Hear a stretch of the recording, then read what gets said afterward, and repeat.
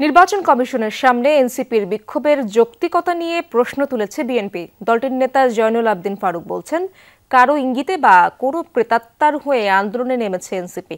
সকালে জাতীয় প্রেসক্লাবে তৃণমূল নাগরিক আন্দোলন আয়োজিত সংসদ নির্বাচন বানচালের ষড়যন্ত্র শীর্ষক আলোচনা সভায় তিনি কথা বলেন।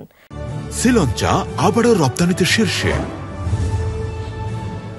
জয়নুল আবদিন ফারুক বলেন, নির্বাচন কমিশনের সামনের বিক্ষোভ প্রমাণ করে ডক্টর ইউনূসকে মানে না এনসিপি। দেশে নাটকের পর নাটক মঞ্চস্থ হচ্ছে দাবি করে তিনি বলেন, একটি গোষ্ঠী সংসদ নির্বাচন বানচালের ষড়যন্ত্র করছে। তারা শান্তিপূর্ণভাবে ডক্টর ইউনূসকে ক্ষমতা হস্তান্তরে বাধা দিচ্ছে। সরকারের উচিত ষড়যন্ত্র মোকাবেলায় দ্রুত তফসিল ঘোষণা করা। বিএনপি সরকারকে সহযোগিতা করবে জানিয়ে সাবেক এই বিরোধী দলীয় চিফ হুইপ বলেন, যেভাবে দেশে আইনশৃঙ্খলা পরিস্থিতির অবনতি হচ্ছে তাতে কতদিন সহায়তা দেওয়া যাবে ভাববার বিষয়।